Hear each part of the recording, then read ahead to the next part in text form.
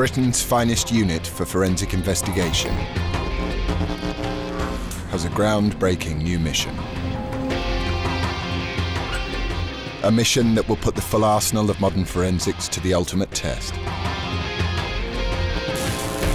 For the first time, the cold case team will strive to put a face to some extraordinary human remains from the long, distant past.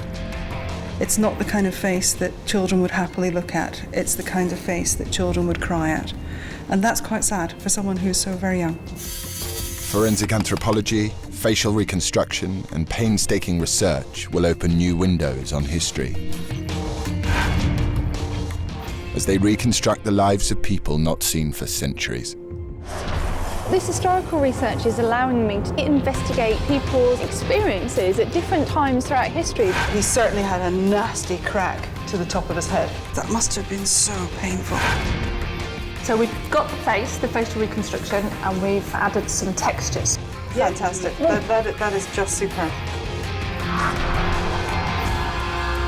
The team's latest case surrounds a puzzling skeleton discovered in a medieval Christian burial ground in Ipswich. The archaeologists who found the body believe the man is from Africa. This is really important. What was he doing there? What event could have brought an African to medieval Ipswich? And what led to his demise? I think I may just have found a cause of death. The investigation unearths evidence from the 13th century that will challenge the view of Britain's ethnic past. It's amazing. It's just, it's what gets scientists excited. Is this skeleton irrefutable proof of an African presence in medieval England? And if so, who is he?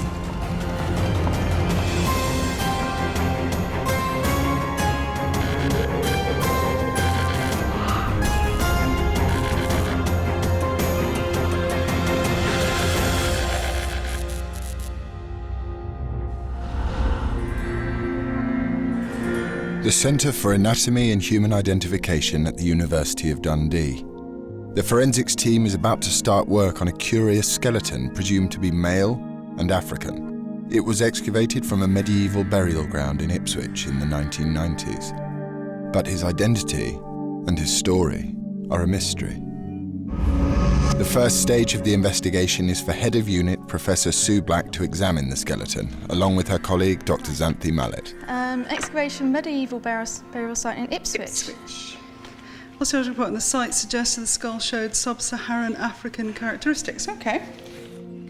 They record every detail. The size of that. And Sue is immediately struck by what could be a clue to confirming the skeleton's ethnic origin. Good grief. Okay. Gosh, it's very wide. Look at the width of that. Huge palate. That's a jaw flaring that Tom Cruise would be very proud of. Yep. Beautiful. Absolutely beautiful. Was it Ipswich? Mm-hmm. But before tackling the complex issue of his possible ancestry, they begin by putting an age to the man at time of death. Well, we're definitely in the adult category. If you look at the sutures, they're in the process of closing. When you're very young, they're quite far apart and you can see them really clearly. And as you get older, they ossify and they sort of merge and fuse together. And they've started to disappear round at the back here. And that's an indication of age.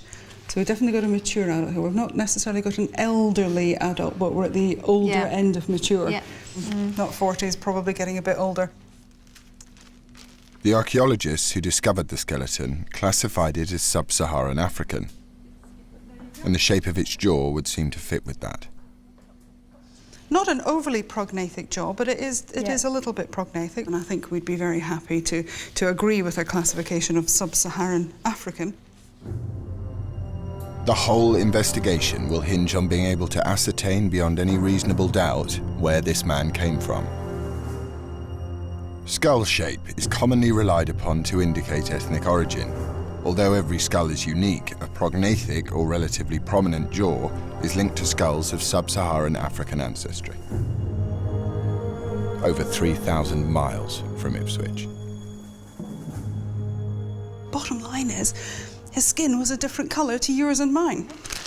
And that's fundamentally what we mean. And when we look at him in terms of his position in Ipswich at that time, he'd have been really different. Absolutely. And he'd have been really different because of the colour of his skin. The initial observation has confirmed that he was male, between 40 and 60 years old and around 5 feet 6 inches tall. But the cause of his death is still a mystery. And there's much more they'll need to substantiate about his ancestral origins. He's a very well-developed, mature man, so a lot of muscle development in there. I think height-wise, he's not overly tall. He's sort of middling height, even by UK standards at that time. He's about 5'6", maybe 5'7". But he is, I would say, a 40 to 60-year-old male who may well be African in terms of his origin.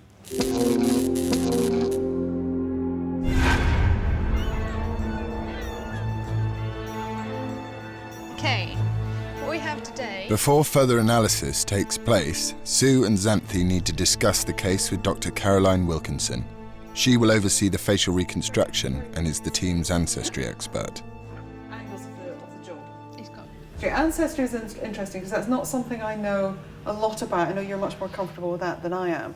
The only thing that I picked up, apart from the really heavy, dense nature of the skull, was the palate. The palate was very wide and very big teeth, which was, to me, was a clear indication we're not talking, Anglo-Saxon, Celt kind of dentition at all. I think he's going to have an interesting face. I'll be quite pleased to do a reconstruction on him. And if we're going to do facial reconstruction, we can do it from a laser scan. So. Okay, so you want him laser scanned? Yeah. And they will need to gather a lot more information. You really need to go back and speak to the archaeologists. I think we need to have some idea about where they were found, what type of a site it was, were there any other individuals around them, are we looking at high status, low status, is there anything known about that archaeological site, were there any artefacts? I think that's a really important way to go. Yeah. Excellent. I think that's all we can do. Yep. I think what makes him interesting is the potential ancestry. So the fact that we might be looking from somebody who's sub-Saharan African. And in Ipswich, I think, in medieval times, that for me is very interesting. It might not be something that in a modern scenario, if I was doing a forensic case, would be in the least little bit unusual. But I can't help feeling that if we go back to medieval times, this is somebody who would stand out.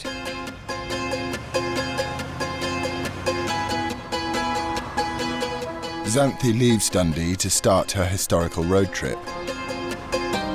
Her task is to hunt down any information she can that will help the team build up a profile of who the man was. I'm very lucky in that I have been given an opportunity by the University of Dundee to construct a team. And everybody who is in this department is handpicked for a variety of reasons. Dr. Wolfram Meyer-Augenstein is the team's stable isotope expert. He will analyse trace minerals found deep inside the Ipswich man's skeleton, which could tell us where he lived. There is nobody else that I would trust for a forensic investigation. He is the best that there is, and he has not only a national reputation, he has a huge international reputation. In order to carry out his isotopic analysis, Wolfram needs samples of teeth and bone. The information it could reveal is vital.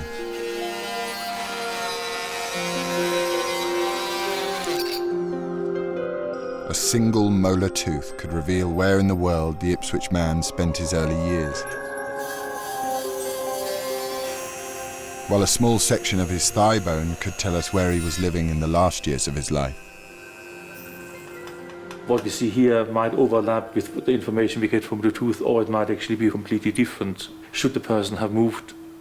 And since I understand the person was found in a grave in Ipswich, and you have information that he might be of sub-Saharan descent, clearly he must have moved during his lifetime at some stage.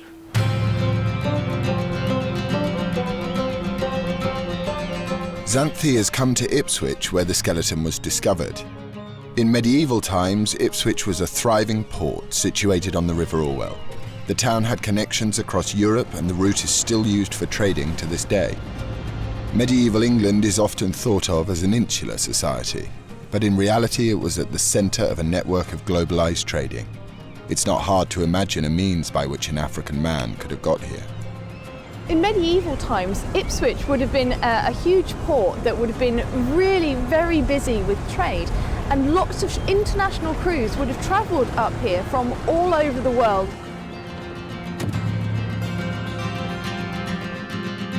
The burial site where the man was found is located near the river. Xanthi's hoping she can dig up some clues about his identity. Xanthi's enthusiasm and her personality and her character makes her ideal for going out and asking people questions, and she does that particularly well.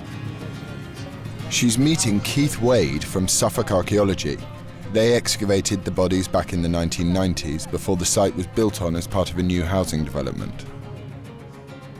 Before the flats were built, we excavated the whole site, and the last phase of activity was a cemetery. And it lies within the precinct of a friary, the Franciscan friary, the Grey Friars. And the friary was built in about 1290 and then was suppressed in 1538. This shows all the features excavated on this site. These burials are they're all in single graves. He was where, did you say, approximately? He's up Roughly right there. in the corner? Yeah. Okay. I can show you a photograph. Oh, is this his actual burial? Yeah, that's the actual burial. It's in there. Okay. And as you can see, it looks like a fairly standard medieval burial. And why has he been dated medieval? We have very little evidence, other than the fact that's the type of burials you normally see in the medieval period. And one of them has a belt buckle, which is late 13th or 14th century. So, our Ipswich man was discovered in a burial ground next to a Christian friary. Two pieces of evidence suggest he is medieval. A belt buckle found among the 150 skeletons, and also the friary itself was only in operation between the mid-13th and the mid-16th centuries.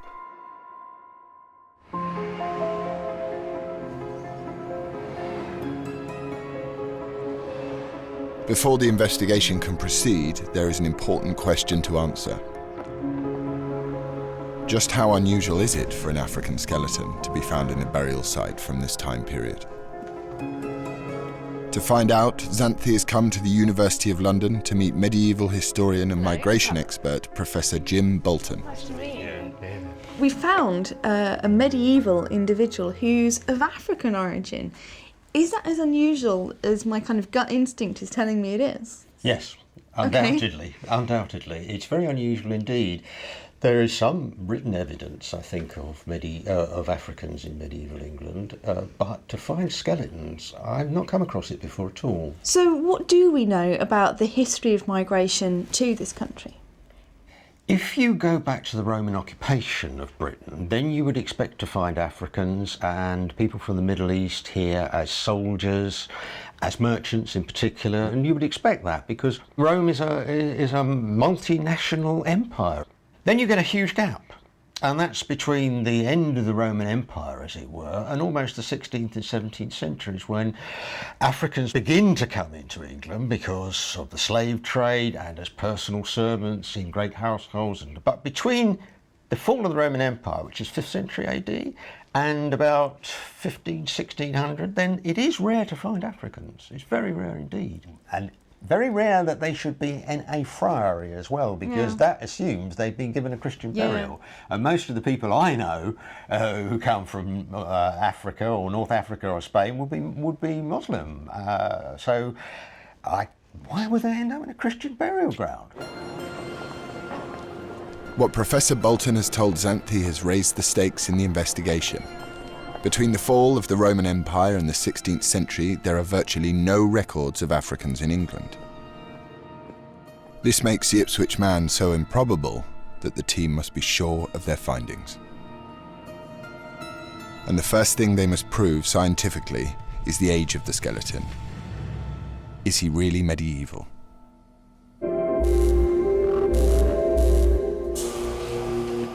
To find out, a sample of the Ipswich man's bone has been sent for carbon dating.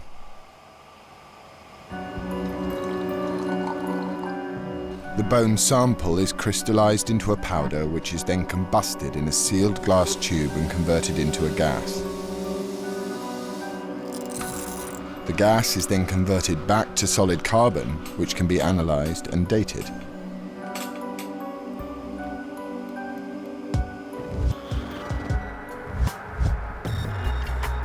An accelerator mass spectrometer analyzes the ratio of radiocarbon content, which will ascertain the age of the bones themselves. It's a vital part of the investigation, but it will be 2 weeks before the team get the results.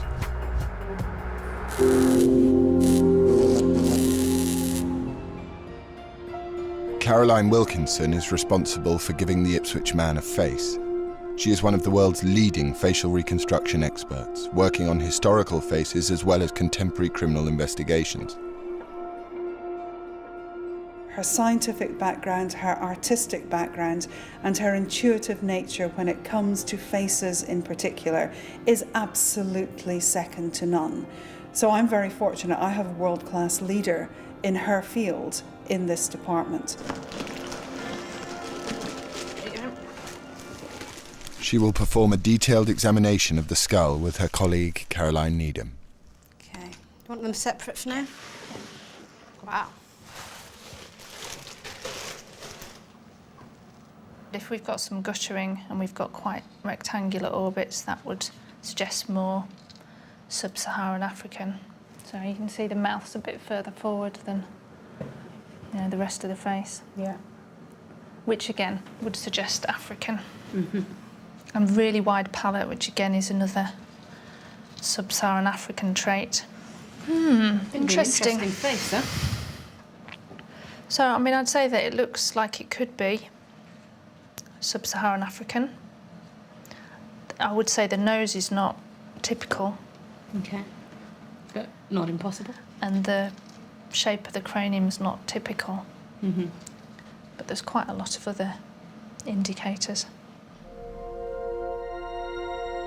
Although Caroline agrees that he is of African origin, she thinks he's likely to be North African, from a country like Morocco or Tunisia. And she's hoping that some of the team's tests will help pinpoint his origins. Whatever the results, she's in no doubt that he will be a striking individual. We might get an indication of ancestry from DNA analysis, and also we might be able to tell where the person has lived by looking at stable isotope analysis, and that might in itself indicate ancestry. It's quite a big, robust, very muscly face, so it's going to be quite an interesting skull to reconstruct. I think he's going to have a very individual face. The first stage of the process is to create a laser-scanned 3D model. This will be used as a base for the layers of facial tissue.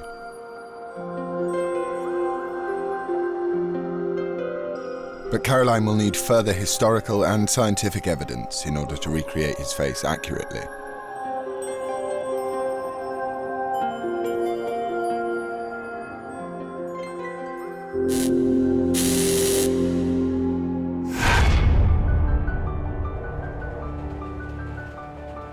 For Xanthi, the lack of knowledge of Africans in medieval England makes researching this case a unique challenge. What was the African doing here? And what would people have made of him? Xanthi has come to the National Archives in Kew to meet a man who has single-handedly been trying to build an evidence-based picture of early African history in England. Onyeka has been researching thousands of medieval documents, and what he's found is fascinating. He has come to the conclusion that the African found in Ipswich would have been treated with more tolerance than we've seen during later periods of history. The Africans who were here would have been here doing a specific skill or trade. Their position would have been determined by personal relationships that they developed, Right. rather than based upon skin colour. There was not a scientific understanding of race. That comes about in the 19th century. Yeah. The idea that human groups fall into different specific racial categories, that was not present in medieval England. How many individuals of African origin would you have found in the UK back in the medieval period? That's difficult for us to know. Yeah. Because during the medieval period, there are not consistent and substantial records. There are few records of the population as a whole, let alone of an African presence. However, having said that, we have in the Abrevito Doomsday Book of 1241, this African. 1241? 1241. So what does this mean? Now, this is an African image, an image of an African, from an account for Derby. The Abbreviato of Doomsday Book was the 13th century version of the original Doomsday Book of 1086, the first survey of the English population. This is one of the only known images of an African in medieval England, but Onyeka feels it's highly significant. But the point is that there was an African, the idea of the African was known in 13th century England. Which is just the right time period. It's just the right period for your African, yes? People draw pictures of them in image-wise, yes? And therefore it is highly likely that Africans were part of medieval society.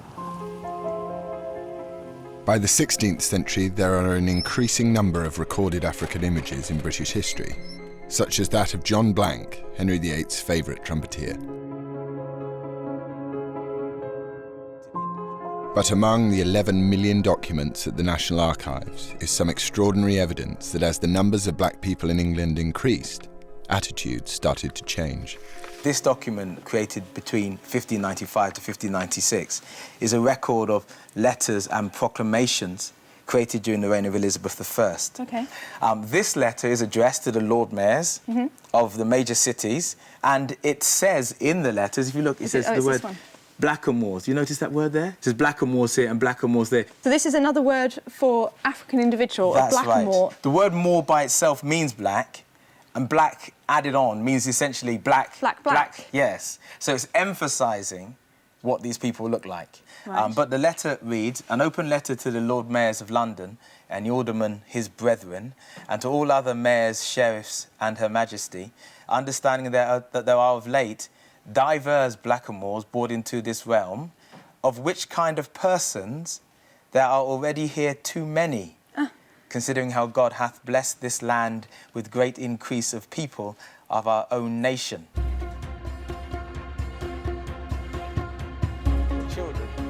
Onyeka believes that the lack of mentions in records is simply because in medieval times people saw less need to comment on the colour of a person's skin.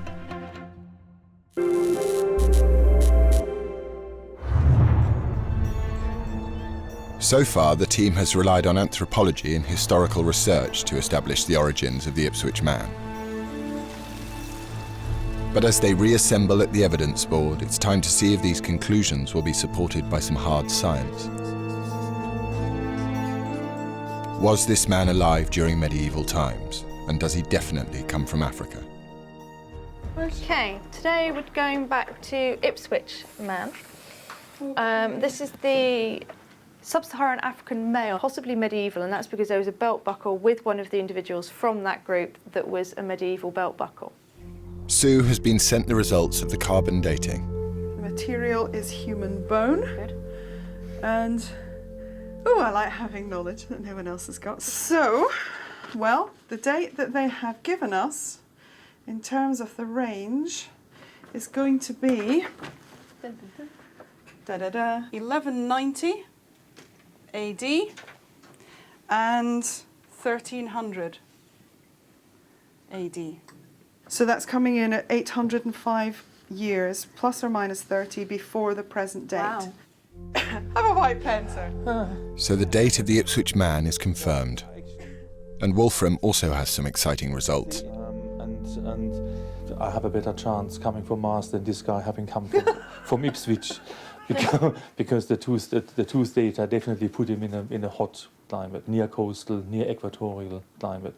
So that the southernmost point from a European perspective would be something like Portugal, maybe southern parts of Spain. Okay. And then we have to move either into the Middle East or basically northern Africa, places like Sierra Leone, Morocco, that sort of thing. The stable isotope testing of the tooth supports Caroline's opinion that the skeleton is North African. But the tests done on the man's leg bone prove he died somewhere like the UK. bone oxygen data is consistent with where he was buried. Okay. In the broadest possible sense. We can't really say it's absolutely pinpoint accuracy Ipswich, but it's consistent with the UK. And that tends to be consistent, that says this is at least 10 years in this sort of vicinity. If not more. If not more. It's definitely inconsistent with anything that's arid and warm and near equatorial or coastal. We know that he grew up in a Yes, warm, there are two dry different place, and the As last opposed to part somewhere of his cold and life he was miserable. in a cold, There wet are place. two different, and he must have lived in that colder climate for, let's say, at least 10 years. Okay. The scientific analysis has provided two vital pieces of information.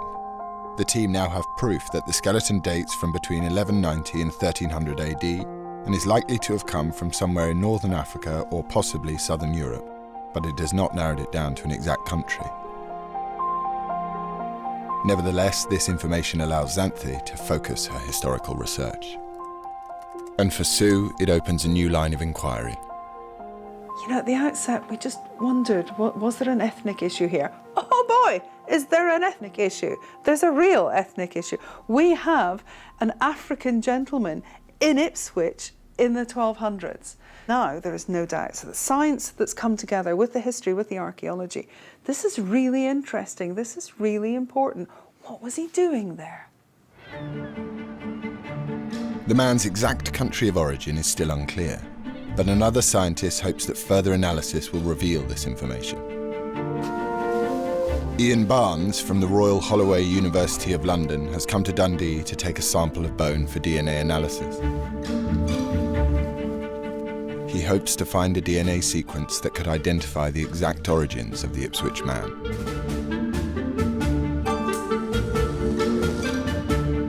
He wears protective clothing to avoid contaminating the sample with his own DNA. One of the concerns is that DNA from other individuals may actually get into the sample. So in order to avoid having our real DNA from the skeleton getting swamped out, we try and work as carefully and as cleanly as possible, and then hopefully we'll be able to get a real sequence out of it that comes from that skeleton, not from outside.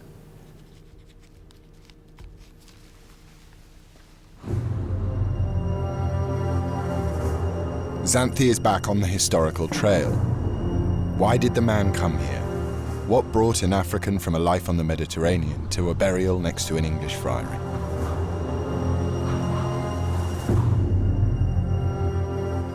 The friary where the skeleton was discovered was built by Franciscan Grey Friars, who originally came over to England from Italy in 1224. The Grey Friars were great travellers, spreading their word and converting people across Europe to their cause. Is this how the Ipswich man came to England? Did he come here as a friar? Xanthi has come to meet Brother Philippe, a modern-day Grey Friar, to hopefully learn more about who our man was.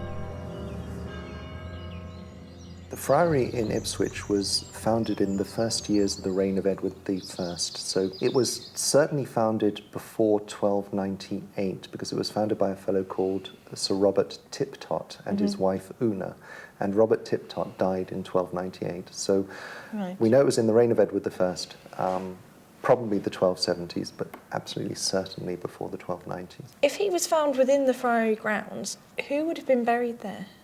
Well, that's interesting because in 1250, Pope Innocent IV, in a letter called Cum Tamquam Veri, gave to the friars the privilege to be able to bury the friars and those of the family, so those people who serve the friars. Oh, I see. So the fact that he was in a friary, a burial ground associated with a friary, is indicative he was either a friar or he worked with the friars in support of them. Probably. It would be certainly possible that he could be a friar, I think.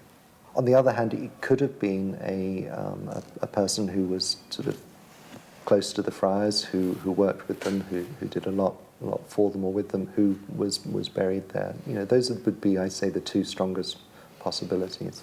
One of the individuals within the group had a belt buckle with them, which is medieval. Okay. So obviously that would be a personal possession, wouldn't it? If this was a group of friars, would one of them have had personal possessions with them like that? Well, the friars themselves wouldn't have been allowed personal possessions. The friars would have been buried in their habit, and the Franciscans used a rope to bind themselves, and they didn't have belts. So having a belt buckle would indicate that this was somebody who was not a Franciscan friar, but possibly a lay helper or somebody else who would have been buried in the graveyard. Yeah.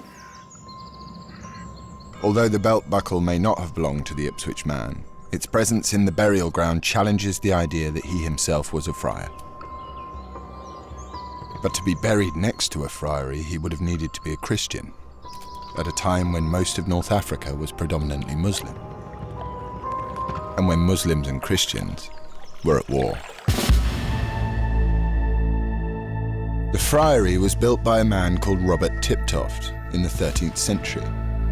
This was when Europe and the Middle East were consumed by the Crusades, a series of ferocious wars fueled by the clashing ideologies of Islam and Christianity.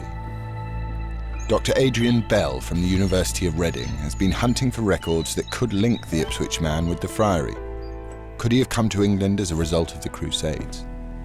We know that Lord Tiptoft actually built the friary, didn't he? So I understand that there may be a link between our individual and Tiptoft. Yes, and he established friary sometime in the 1270s, and he's actually buried there, and we know that from this... Actually in the friary grounds itself? Yes, itself, Oh, okay. yeah. And we know this from this book called Weaver's Funerary Monuments, which is an antiquarian historian in the 1600s who goes around churches writing down what he sees in them. And here he describes the Grey Friary at Ipswich, where he says the Grey Friars founded by Lord Tiptoft, in which lay buried Sir Robert Tiptoft, knight, and his wife. Yeah, the interesting thing is that Robert Tiptoft himself travels to the Holy Land as part of a crusade. Oh, really? Led by the Lord Edward, that's the future Edward I, from 1270 to 1271. And they stop at various places, including Tunis. The Ninth Crusade is commonly seen as the last major mission to the Holy Land. On their way, the Knights of Prince Edward stopped at Tunis with King Louis of France, who was renowned for converting Muslims to Christianity. Accompanying Edward was Robert Tiptoft. We actually have evidence that Tiptoft did go on crusade. It can be found in the Pipe Roll, which is basically a government document showing expenditure. And it actually shows here that it's paid out to Robert Tiptoft for his service with 6 knights, that's himself and 5 others, and they're paid 100 marks each for that service. It's Latin. That's in Latin, yes. So these are original Pipe Rolls, a collection showing who was paid, and there's 225 knights in total paid here, 100 marks each. For their crusading activity? For their crusading activity. So we have evidence here that Tiptoft, who was buried in Ipswich, who actually developed the friary in Ipswich, went on these crusading activities to North Africa. Was there any evidence to show that Africans were actively brought back to England as part of this crusade? Yes, there is, because in the Floris Historiarum we have an entry for 1272 where it actually says that after their voyage from the Holy Land, a number of nobles, including Thomas of Clare, or Thomas de Clare, who is also with Robert Tiptoft on crusade, brought back 4 captive Saracens. And in that sense, Saracen is a word that's used to describe Muslim or someone from North Africa. Okay, so he could have been converted and then brought back during one of the Crusades? Yeah, I mean, that seems a likely story for the 1270 crusade. One of the knights accompanying Tiptoft on the crusade, Thomas de Clare, is recorded as having brought 4 Saracens back to London with him. Whether they were prisoners, trophies, or free men will remain a mystery. But this makes it plausible that Tiptoft himself also brought back Africans, such as our Ipswich man, from Tunisia to England. It says that, yes. So yes, he's dead by about... Although the evidence is over 700 years old, it has finally provided an explanation for how the Ipswich man travelled from Africa to England.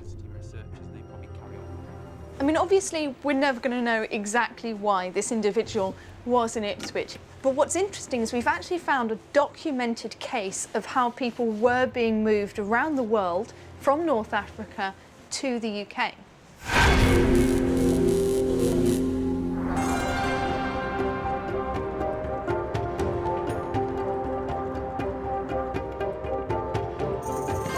Back in Dundee, Caroline is starting the facial reconstruction. Using a 3D scan of the skull, she begins to layer on the muscles and build up the foundations of our man's face. In theory, you shouldn't need to know the ancestry of an individual to reconstruct their face, because the majority of the standards that we use apply to all ancestry groups. And if somebody has a narrow nasal aperture, for example, they're always going to have a narrow nose regardless of the ancestry group that they come from. But there are fine details that are reliant on knowing the origins of the individual, and they will make small differences to the face. Caroline might have to make a best guess about the man's skin tone and eye colour. Well, those details will be reliant on knowing whereabouts the individual is from, which is obviously slightly problematic for us. Already, a distinctive face is emerging. I think because it was quite a robust skull that was very large, with heavy brow ridges and clearly a very large neck, I had this preconceived idea that he was going to be quite big and butch, which he is, but he's also got a very nice balanced features that mean that he's a lot more attractive than I thought he was going to be.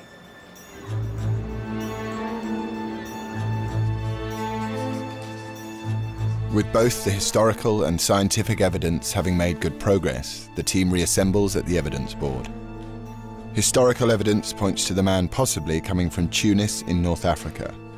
But will Ian Barnes be able to confirm this with the DNA testing? Hi, Ian. Hi. Hi, how are you? Yeah, I'm all right, yeah. How are you? We're surviving. It's a sunny and very warm day in Dundee, which doesn't happen very often. No. Should you be outside? Probably, in bikinis, but it would scare the horses, so we won't do that. What have you got for us? Right, so we've got some DNA out to sample it anyway. Basically, we find it today on both on the north and south shores of the Mediterranean, yeah. So all the way from Spain, going east through Italy, Greece, and then on the southern shore we find it in Morocco and in Egypt. And then we find it in Turkey. That ties up with what my conclusions were on the geographic origin from what I got from the teeth. So what you were saying from the DNA seems to fit very nicely with the stable isotopes. Thanks very much indeed, Ian. Thanks, Ian. Okay. Cheers, right. Bye. Bye. Bye. Although the DNA analysis agrees with Wolfram's stable isotope results, it's not narrowed down the skeleton's origin to a specific country. But Sue wants to bring all the data together. The anthropological study of his bones, the stable isotope tests, and now the DNA results. Can all three disciplines work together? So we're still happy about the African ancestry in some regards. What we're less happy about is sub-Saharan label that was given at the outset. And there are areas that Ian has suggested and that your isotopes have also suggested that it could be that we're less happy with because it doesn't fit with the anthro. But the area where the anthro, the isotopes and the DNA all come together, that they're happy as along the north coast of Africa. That's true. The conclusions are compelling. Ipswich Man is likely to be of North African origin. This supports the idea that he started his life in Tunisia before being brought back to the UK during the 9th Crusade.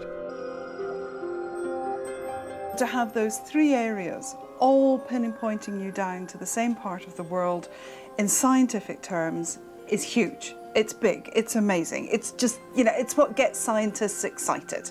We know what he's going to look like, we know where he's come from. But what we don't know is why he's there, and ultimately what it was that killed him. We don't know that either. So he's a little bit out of focus still.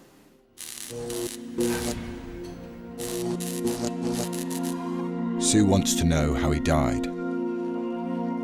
She decides to take another look at the skeleton. Do the bones have anything left to reveal about the end of this man's life? There's a general principle in policing which says once you get to the point of a cold case, where a case goes as far as it can and it doesn't come to a conclusion, the best thing you can do in terms of policy is go back to the beginning and start again. Look at it again in a slightly different light, maybe with other questions foremost in your mind. It's a good principle, good forensic principle. Even the smallest detail could transform the investigation.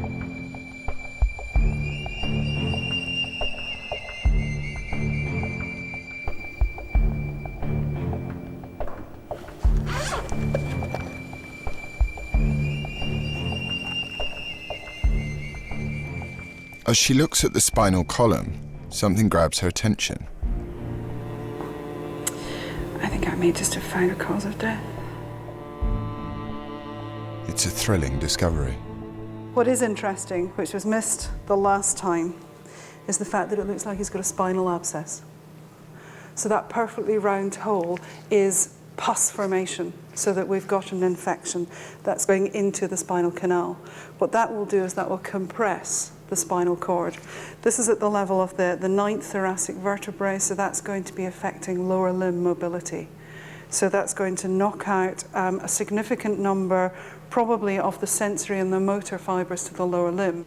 There's a lot of pain in that, tremendous amount of pain, and a level of pain that you'd probably want to find some assistance to overcome. I mean, you know, the question is, could that kill him?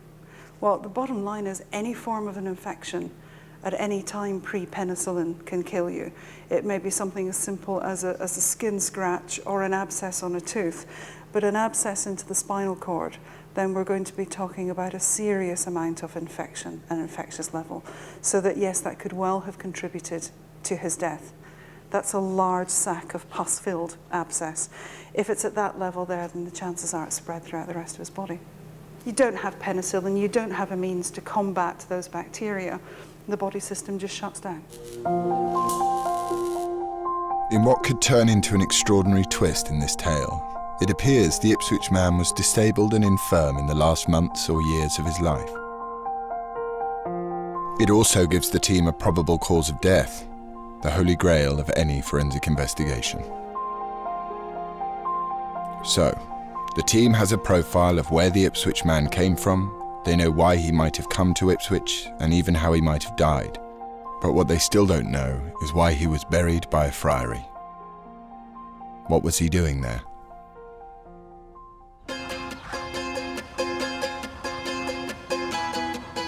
He was discovered with 150 other skeletons. Xanthi is keen to see if any of the other bodies can shed further light on the events surrounding his death. Who were they, and why were they all buried together? Sue Anderson carried out the original bone study of the skeletons. At the St Nicholas Centre, next to the site of the medieval burial ground, 12 of the skeletons found near the Ipswich man have been laid out. So this is our burial population from the gravesite just up the road, isn't it? So what are we looking at here? We've got 12 individuals laid out. Yeah. What's unusual about this population then? It's got quite a high proportion of pathological specimens and also quite a high proportion of men and older individuals. It quickly becomes apparent that this is no ordinary group of skeletons. This is probably something called diffuse idiopathic skeletal hyperostosis. Oh, we've got some pathology here. He's got areas of infection and inflammation on his legs. He had quite an enlarged frontal bone. So he would have looked unusual as well? Yeah. This would be a result of a number of disease processes, wouldn't it? There's basically no cavity there, is there, for the white blood cells at all? That's weird. And bone should not look like that, should it? You've got 3 vertebrae completely fused here. Another pretty unhealthy individual. He's got a disease called Paget's disease. Almost all the bodies exhibit signs of debilitating disease or injury. Much finer. It's got a very large abscess formed here. So she's got a spinal abscess. Now that's interesting because the individual that we're looking at had a spinal abscess. Yeah. And certainly that one isn't healed. No. So this would still have been active at the time of death. Yeah. So none of these people are healthy, are they? There's nobody here that just, I don't know, fell over and hit their head and died. These are all people who've had some long-term pathology, disease that's showing that they've had long enough that it's showing in their skeleton. Exactly, yeah. So it's not something that's killed them quickly. Nope. They're an interesting population, aren't they? Yes.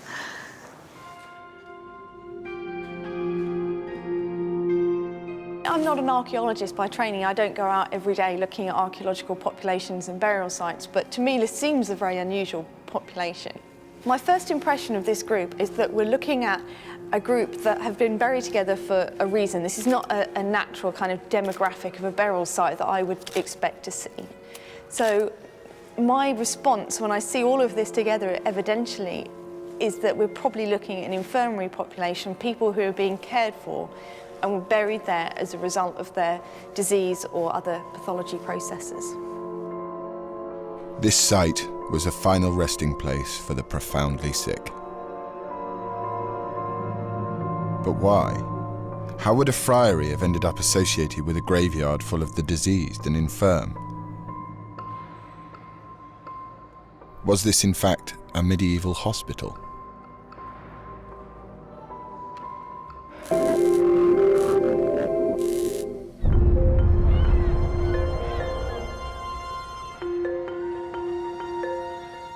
Angela Montfort has written a book that explores the link between friars and medicine in the medieval period.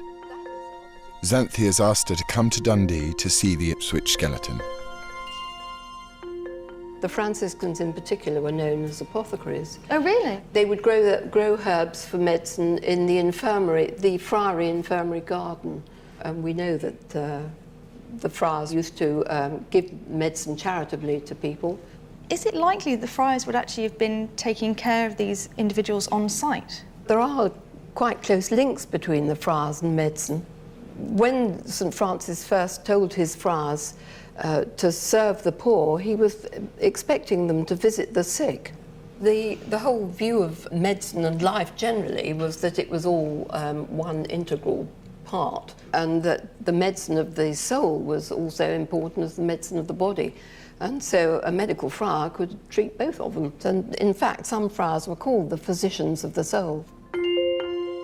At a time when religion and medicine went hand in hand, the friars were helping to treat the sick not just with prayers, but also with what was then state-of-the-art medicinal knowledge. Would their treatments have been used to help treat the Ipswich man as he succumbed to the pain and disability of his spinal abscess? Dr. Tig Lang is a herbalist who has studied the use of herbs in medieval medicine. What are we going to be making Well, we're going to be making an ointment that would have been used for paralysis. It's mentioned in a herbal called Of the Virtues of Herbs, or Maca Floridus on the Virtues of Herbs. And this herbal was around in the period that we're talking about with your skeleton. And the recipe itself reads, this ointment will wonderfully help to the palsy. That means it will wonderfully help to heal paralysis. What it actually is isn't an ointment, it's a rubbing oil. And what they're basically intending to do is massage. They say here, if the patient is often with this ointment rubbed with, I love this bit in the English, with hundes sumdel harder, which means with somewhat hard hands. So they're obviously dealing with somebody who's massaging quite firmly.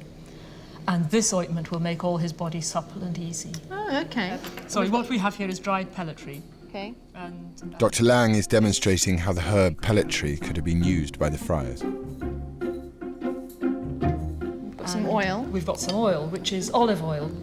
So literally it's just... You just put a few handfuls in and we'll see what happens when we stir this on the gas. Often in later recipes, certainly, you find the instruction to boil it for as long as it takes you to say the Paternoster, which is a lovely way of timing if you think, if you haven't got a clock. That's boiling in the oil now. That's boiled long enough, I think, to bring the virtues of the herb into the oil. I couldn't really smell the herbs, but that smells fantastic. It's gone beautifully green. That's quite nice. Quite like that. And pelletry does have a warming effect. Oh, does it? So that it would make the skin warm up. So it's medieval Ralgex. Something called a therapeutic. We're all acting as if it's hand cream. I know, yeah. Well, it's quite nice, isn't We're it? going to get hot hands. Obviously, this is not going to help somebody with paralysis, but, may have brought some level of comfort, at least. Yes, I think given that his paralysis is leading from a spinal abscess, no amount of what they do to his limbs is going to do him any good at all. No. But we can't say they did use this ointment on him, but it's an ointment which was available at the time, which they may have used in an attempt to bring comfort to the patient, or even in their way of an attempt to bring cure to the disease, because they wouldn't have known about the abscess.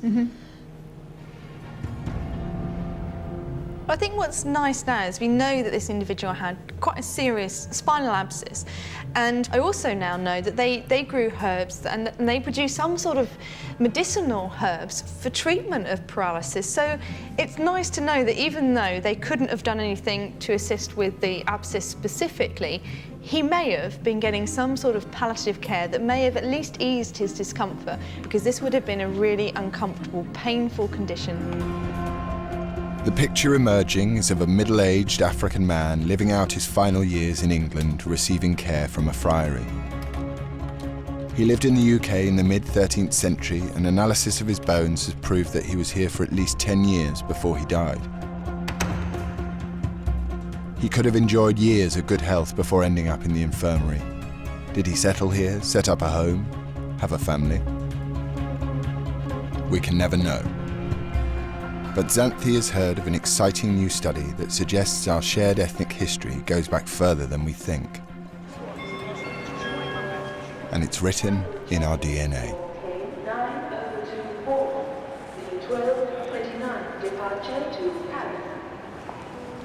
St Pancras International Railway Station, a modern-day symbol of the global travel that has helped create our ethnically diverse nation. She's here to meet Dr. Mark Jobling, a geneticist from Leicester University. His studies on the male Y chromosome could help support the idea of an early African presence in the UK. What would you say the normal view of ancestry in England, the UK, is? Well, I think the history books are dominated by the stories we all know about Anglo-Saxons and Vikings and Romans before them, and then maybe Celts and Picts and so on. So there isn't much of a place for Africans in that story. So what is the actual ancestry? This pale skin, is it kind of hiding a more complex ancestral past? Well, it's certainly, in our study, we find that it does hide a bit of a more complex past, yes. So what we were interested in doing was studying a piece of DNA that's passed down from father to son, the Y chromosome. And the nice thing about that is it associates with surnames. And we found that we can look at some surnames and find in them a signature of an African lineage. Could you see this as a visual, or was it just hiding in the genes? Absolutely not. So the man who carried this lived close to our lab, and so we brought him in and talked to him about it. And he's a white, ordinary British guy with no history in his family of any contact with Africa. So he was completely surprised about this. So he's a Yorkshire, UK resident, pale skin, typically British looking, but he's got an African heritage. He has, yes. Specifically, he has an African Y chromosome. So this is the piece of DNA that passes down from father to son. So it means back in the past, at some point, he has a paternal ancestor who was an African who came probably from northwestern Africa. What this could mean is that the British population has been multi-ethnic for far longer than we might think. Could our Ipswich man even have contributed himself to this African ancestral signature seen in our DNA today? So the individual that we've been investigating is of African origin, we know that, and he's buried in Ipswich. Is there anything that you know of that could suggest any information that he could have been mixing with the population as far back as the medieval period? Well, there could have been. From our evidence at the moment, we can't say that, but we could imagine finding other surnames where we can trace the history back into the medieval period. And I think if we had large enough sample sizes, we could probably do that. I think what we've found by finding this African individual in Ipswich is that possibly the multiracial society that we think of as a very modern construct, we think of Britain as very ethnically diverse now, but only recently. Whereas it seems that this African individual in Ipswich may represent a much longer history of multiracial Britain that nobody really knew about. This extraordinary case is reaching a conclusion. Using the modern arsenal of forensic science and historical detective work, the cold case team has painstakingly reconstructed a story that could have stayed buried forever. Possibly born a Muslim in 13th century Tunisia, our man could have come to England during the Ninth Crusade, converting to Christianity before living here for some time. As he succumbed to the pain of a spinal abscess in later life, he was very possibly nursed to his death by Franciscan friars, leaving behind irrefutable proof of an African presence in medieval England.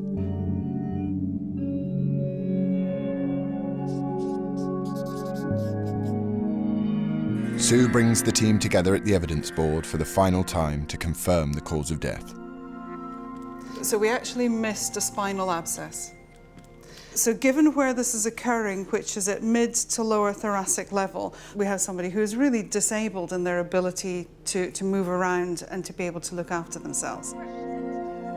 And it's time for the final piece of the jigsaw to fall into place.